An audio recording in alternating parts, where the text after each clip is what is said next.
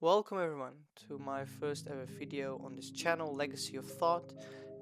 I will be explaining certain philosophical concepts on this YouTube channel, certain philosophers, and I will be translating Greek and Latin texts to English, and I will explain the concepts and ideas behind those texts. And for today, we have an interesting topic because it's one of the groundbreaking philosophical ideas and concepts we have in modern Europe.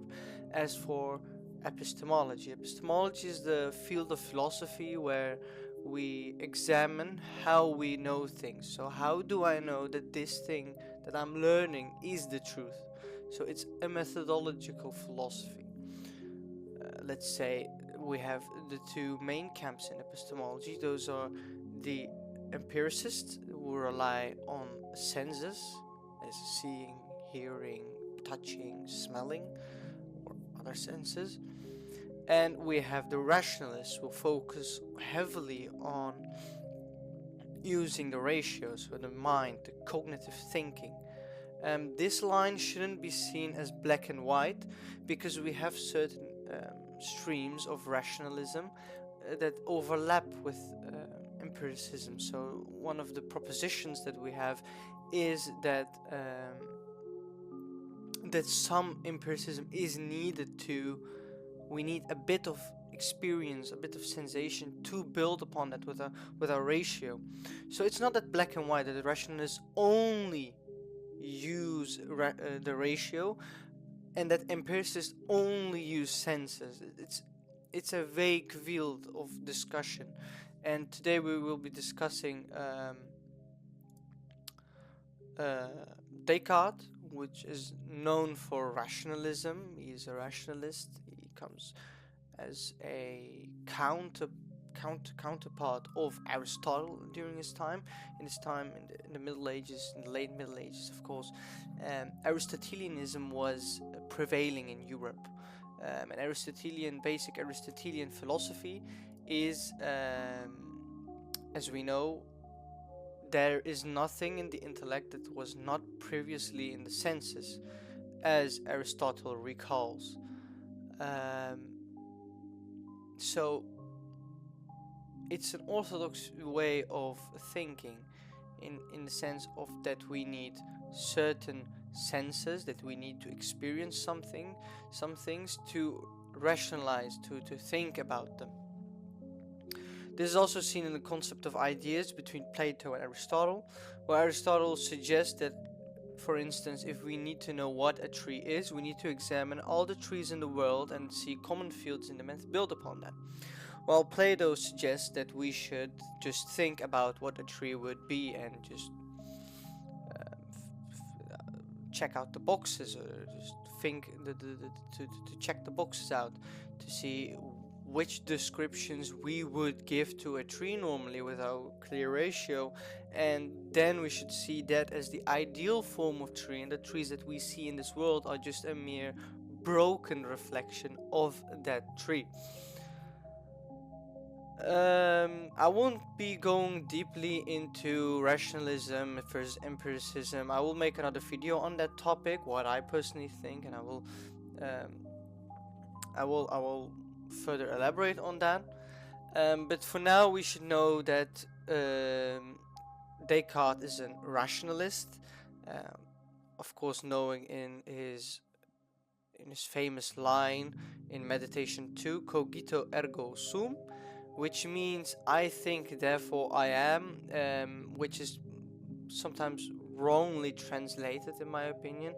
My translation would not be "I think, therefore I am." It would be "I am thinking, therefore I am." I am thinking right now, therefore I am. It's a little difference, but you already can feel some difference between "I think, therefore I am" and "I am thinking, therefore I am," which comes from cogito, comes from cogitere. It means thinking, of pondering on something, and cogito is the present form of it in Latin, and that suggests that the action is ongoing right now, and it's not really a general rule.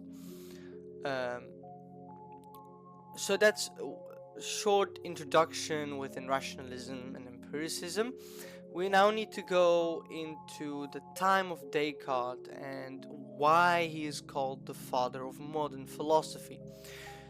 First of all, he was a mathematician. He had a few suggestions, he had made some new theories, but his most important thing, as we have said, is the introduction of rationalism in Europe. We ought to think that rationalism was there for a quite long time in Europe, but that's not as most of you think, because the Aristotelianism is, of course, very in the roots of European philosophy. In fact, Aristotelianism was even so much entrenched in the intellectual institutions, thoughts, intellectual philosophy in Descartes' time, that that the evidence for Aristotelianism could be found in the Bible. And this brings a few problems with it, because if one didn't accept Aristotle, he could be blamed for blasphemy, because Bible proves that Aristotle is right, and if you say Aristotle is wrong, then you are going against the Bible, which leads to blasphemy, disbelief, and you would be kicked out of Christianity and most of the time punished with death.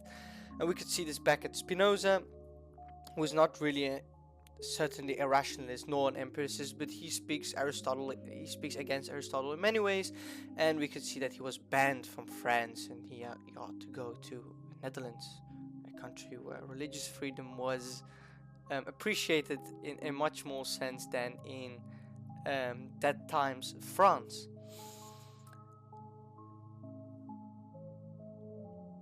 So that's for that. And Descartes broke this tradition in two really fundamental ways. He first rejected substantial forms as an explanatory principle in physics. To elaborate further on this, the substantial form was sort of a immaterial principle of material organization that resulted in a particular thing of a certain kind. The main principle of substantial forms was the final cause or purpose of being that kind of thing. For example, the bird called the swallow. The substantial form swallowness unites with matter so as to organize it for the sake of being a swallow kind of thing. This argument is seen as how could I call this? This is also, we could call this essence in some form.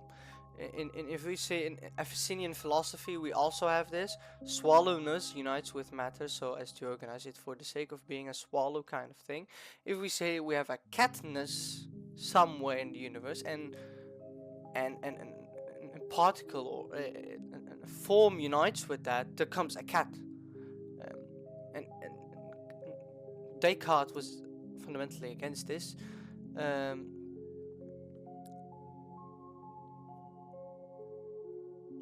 He explained that the goal of being a swallow, a certain kind of bird, is the cause of swallow's ability to fly.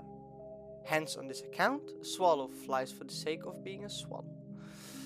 Although this might be true, it does not say anything new or useful about swallows, and so it seemed to Descartes that scholastic philosophy and science was incapable of discovering any new or useful knowledge, because it said a swallow flies because it has swallowness. How far do we come with this proposition? We don't nearly come any further than just accepting that swallows fly, and don't bind it to swallow's ability to fly, as Descartes is putting it forward. So that's one of the first fundamental things, and the second fundamental thing, second fundamental point that Descartes was promoting or advocating is, of course, which we will describe, which we will talk about in this video on the first meditation of Descartes, is that he denied that all knowledge must have a preceding sensation. The scholastics, so the leading philosophers in that time, to say in baby terms, They believed that every child that was born in a pure state of form, that all material for intellectual understanding must be provided to sensation. That's in line with our modern day psychology and medicine. As for a baby, when a baby is born, if there was an experiment some time ago where they had put babies next to snakes, and we all know that snakes are quite a dangerous animal, and those babies didn't particularly see those snakes as bad or evil, and that they were really in a pure state. They were clean. They didn't know anything about snakes, and they couldn't know that a snake would possibly be bad for them, and therefore they always looked at their caregivers' faces to see, okay, if my caregiver gives a frightened face when I look at the snake and look at my caregiver, then I should probably know that the snake is really not something nice. And this proves Aristotle's point at this point. It proves really that, that the babies are born in a pure state and they need material for intellectual understanding. And for that intellectual understanding, they need to observe these materials through a sensation, through the five senses. But Descartes, he argued that the senses sometimes deceive, which we will come on later, and they cannot be a reliable source for information. So that's, and he also adds on that it's to rely on sensation.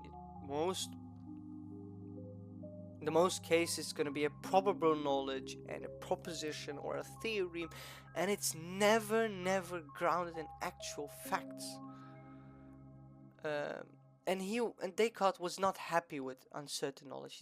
He was a mathematician, of course, and mathematicians know that what they calculate is exact knowledge because they are calculating abstract forms.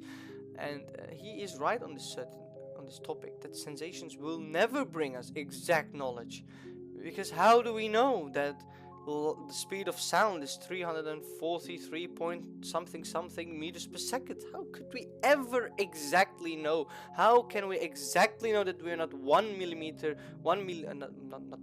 I'm sorry, that we are not 1 millisecond, that we are not counting 1 millisecond more or less? How could we ever know this? We don't. And that was the problem with Descartes. He said, and he sees this as a fundamental problematic point, that he denies sensation as the source of information. So now we will go on to the first meditation, written by Descartes. In one of his times, he describes how he has started this book with eyesight. Some years ago, I noticed how many false things I had accepted as true in my childhood, and how doubtful were the things that I subsequently built on them, and therefore that once in a lifetime everything should be completely overturned, and I should begin again from the most basic foundations if I ever wish to establish anything firm and durable in the sciences. Therefore today I appropriately cleared my mind of all cares and arranged for myself some time free from interruption. I am alone, and at long last I will devote myself seriously and freely to this general overturning of my beliefs. So Descartes has been brought up, he grows and he studies certain things, and he has some knowledge about things, and he realizes that this knowledge that I have is not certain. And this is a problem for him, because he wants to know certain knowledge, and what he is going to do in this first meditation is really simple. He is going to throw away every fundamental foundation of his knowledge, and he's going to do that in 3 steps, and we will later come on these 3 steps and we will discuss them. But first of all, we need to know 2 things, or now one thing divided in 2 categories. That's going to be knowledge. We can divide knowledge into probably true and certainly true, and of course certainly not true, but that's an antagonist of certainly true, so we don't need to make a category for that. Probably true, as I said, is that the speed of sound goes with 343 meters per second. That is probably true. We have observed it, we've calculated it, we have done experiments, but we never ever certainly can say that it is true. We cannot say it is exactly 343 dot something something something meters per second. Could never. While certainly true are abstract forms so simple things just as 1 plus 2 is 3. Or a triangle has 3 sides. Those are things that are just clear because they are so simple in knowledge. And they are abstract ideas. And that's where Descartes wants us to go. So what's Descartes going to do? He says that in the next, in the same page, he says, if I find some reason for doubt in each of my beliefs, that will be enough to reject all of them. However, they need not all be reviewed individually, for that would be an infinite task. As soon as foundations are undermined, everything built on them collapses on its own accord. So let's say I have learned everything what my family has said to me. I've known knowledge, I've got knowledge through the speech of my relatives. So Descartes is not going to look at every speech of every citation of his brother or father and say, okay, could this be true or not? No. And he's not also going to look at, is my brother or father someone who lies? He's not even going to look at that. He's going to look at the really fundamental point of it, and that is, how did my father and brother get this knowledge? And that's most probably through the senses. And he's going to say, if I know that those senses are or could be wrong, then I know that everything that my brother or father has ever told me could be brought into doubt, and therefore I will reject them. And that's what he's going to do. He says, everything that I accepted as being most true up to now I acquired from the senses or through the senses. However, I have occasionally found that they deceive me, and it is prudent never to trust those who have deceived us, even if only once. So he says, if my senses have deceived me once, then I should never trust them again. Because if one deceives me one time, why couldn't it do it second time? Or why couldn't it deceive me all the time? And how do we know that our senses deceive us? Let's say we see a black thing, a black dot on a wall, and it moves. Most probably we should say it's a spider. And when you come close, you see it's an ant. Did your sense deceive you? It quite did. And that's what Descartes to say, okay, these senses, they're not really something that we should trust from now on. And he says, but despite the fact that the senses occasionally deceive us about things that are very small or very far away, perhaps there are many other things about which one surely cannot have doubts, even if they are derived from the senses. So, we have stated that when we see a dot on the wall moving, it probably is a spider in our eyes, but when we come close, we see it's an ant. Descartes now says, okay, those are really small things occasionally happening, and it's just a detail. What about the big things? Like I have a hand or a face or an eye or a something else. You know, those I can't be lying about this, right? I need to know that I know that this is true. He says, I am here sitting by the fire, wearing a dressing gown, holding this page in my hand, and other things like that.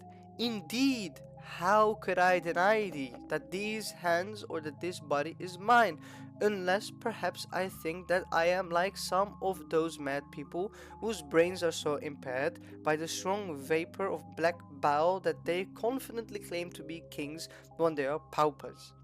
So So he says, I cannot deny that I have a hand, face, and I'm holding this pen and paper in front of me, and all of those things that he sees in his direct surroundings, rather than by being a drunkard.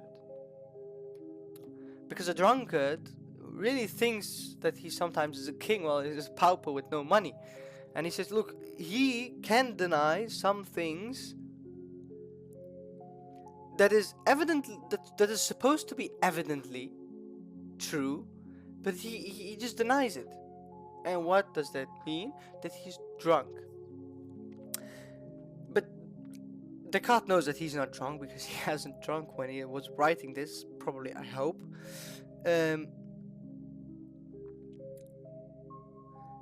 And he reinforces what I'm saying by saying in his book that those people are insane, and I would seem to be equally insane if I followed their example in any way. But then he says, but am I not a man who's used to sleeping at night and having all the same experiences while asleep, or sometimes even more improbable experience than insane people have while awake? How often does a nocturnal quietness convince me of familiar things, for example, that I am here, dressed in my gown, sitting by the fire, when I'm really undressed and asleep in my bed? So, there's just a fact that we need to accept. In dreams, we most certainly feel everything as the same. We hear things, we can see things, we can feel, we can smell, we even have the sensation of falling down. You know, we all had those dreams where we think we fall down, but in reality we don't. That's what we think, because we wake up.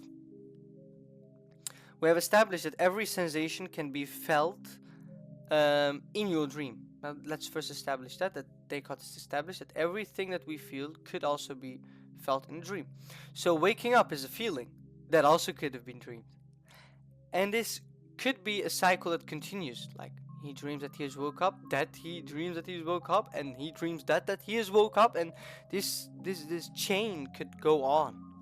So he says we could assume probably that we are dreaming. And he says, as if I do not remember having been deluded by similar thoughts while asleep on other occasions. When I think about this more carefully, I see so clearly that I can never distinguish by reliable signs being awake from being asleep. He says reliable signs. We don't have any reliable sign that we are not dreaming, because we need to have a certain thing, a certain principle, a certain feeling, a certain thought, a certain pattern that we do have in dreams and not in reality, or vice versa, so that we do have something in reality and do not have in dreams. But that's not the case. When I'm dreaming, I certainly feel the same things as when in reality. So he says that I'm confused, and this feeling of confusion almost confirms me in believing that I'm asleep. So the mere doubt that it is possible, we said, is enough to negate everything that we have known through these sensations. Let us assume, therefore, that we are asleep and that those things are not true, that I open my eyes, move my head, extend my hand, and that we do not even have such hands nor this body.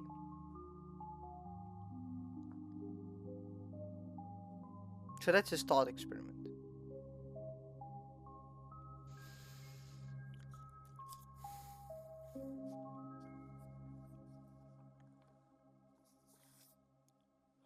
But he says, it must be admitted that the things that we see while asleep are like certain familiar images, which can be painted only as copies of things which are real.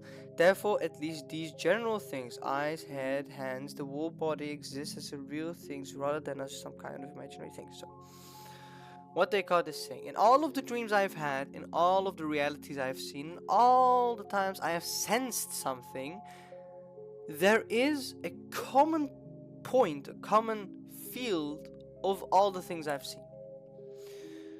So when we see 4 animals, there are common things. They all have ears, but they're different. They all have mouths, they're different. They all have legs, but they're different.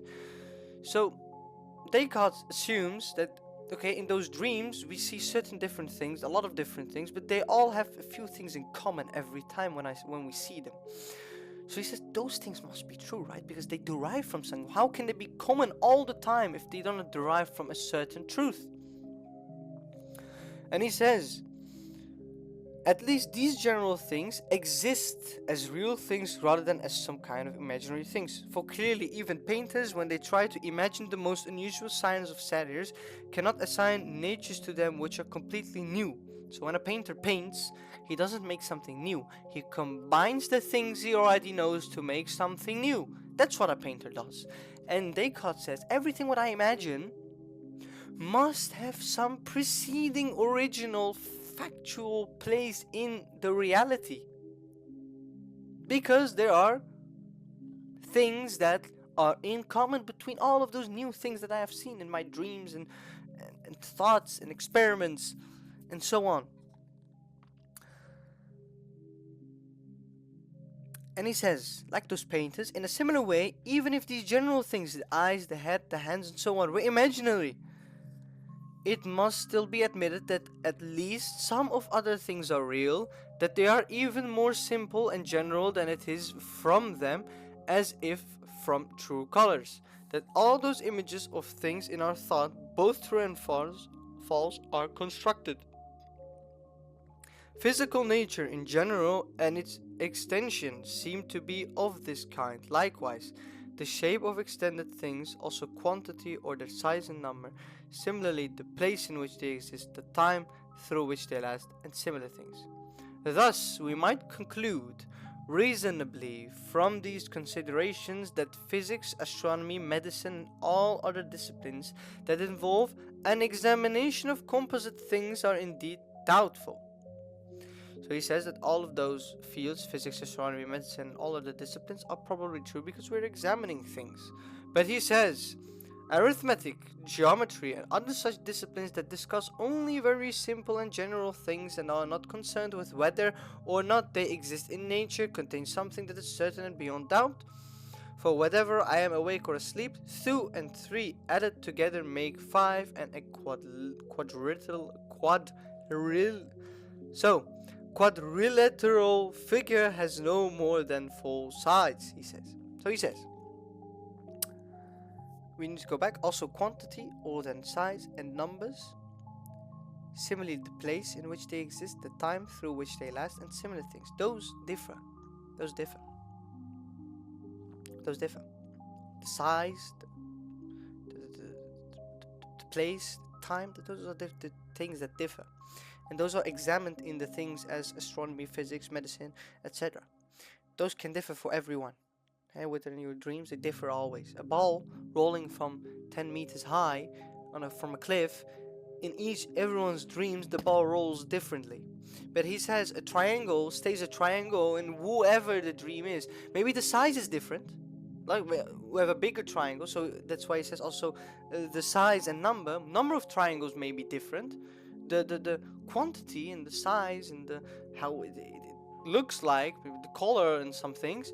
But there is a fact, there's a truth. Everyone sees a triangle like that it has 3 points. No one sees a triangle with 4 points, and that's a rectangular. So he says all of the other studies are doubtful. They're doubtful knowledge. But he says arithmetic and geometry and disciplines like that, or simple mathematics, are in fact true because they do not differ. 2 plus 2, whether you may look at the Arabic 2 or the Latin 2, or the Latin 2 comes from the Arabic 2, but the Indian 2, I don't know which language you pick, which form of writing you pick, 2 in a conceptual form stays 2. Whether you give it what shape, color, size, function at all, it stays that.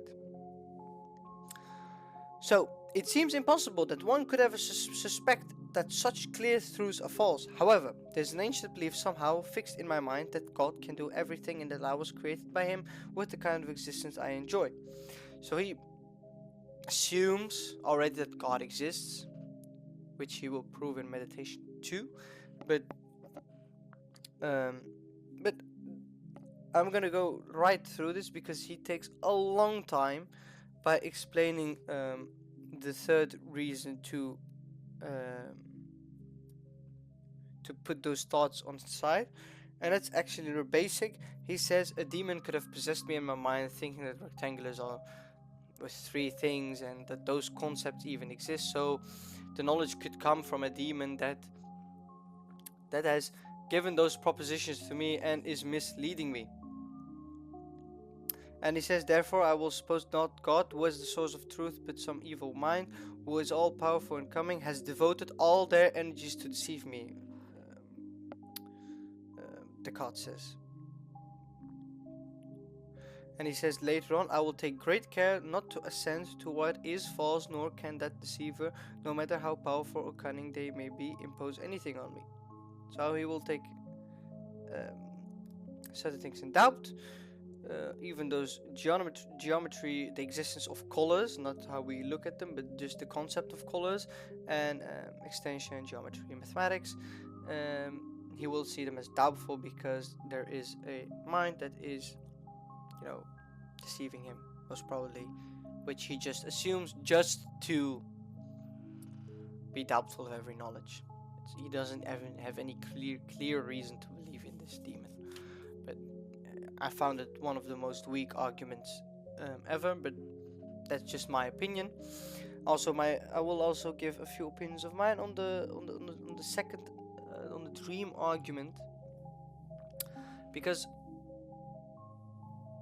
the argument itself states that dreams could not be separated from reality, and that therefore he could now be in a dream. But if what he says right now is a dream, so let's say he's in a dream and he talks to himself saying, I could probably be in a dream, and it's not real. The words that he utters are not real on themselves because they are said in a dream. So the thought of being in a dream is a dream itself. So it's a weak argument to just blandly think that you are in a dream. Let me explain in more simplified terms. Let's say I do not believe that the world around me is real. I'm in a dream. Then my thought is also not real about that the world is not real. I probably hope you know where I'm trying to go. Can't really explain this concept. It's not like I don't really believe in this argument because I am a sophist myself who believes that the real world is not something separate apart from existence or God himself. We will come on that later on Wahdat al-Wujud. I can never stop a video without mentioning Wahdat al-Wujud, but it's an argument that's mostly given, that if someone says the world is not real, it's a dream, then those words of thinking about that the world is a dream is also a dream, therefore they are false. Because you're saying everything around me is false, and the thought of it is a dream itself, so that must be false too. It's an argument given by opposition.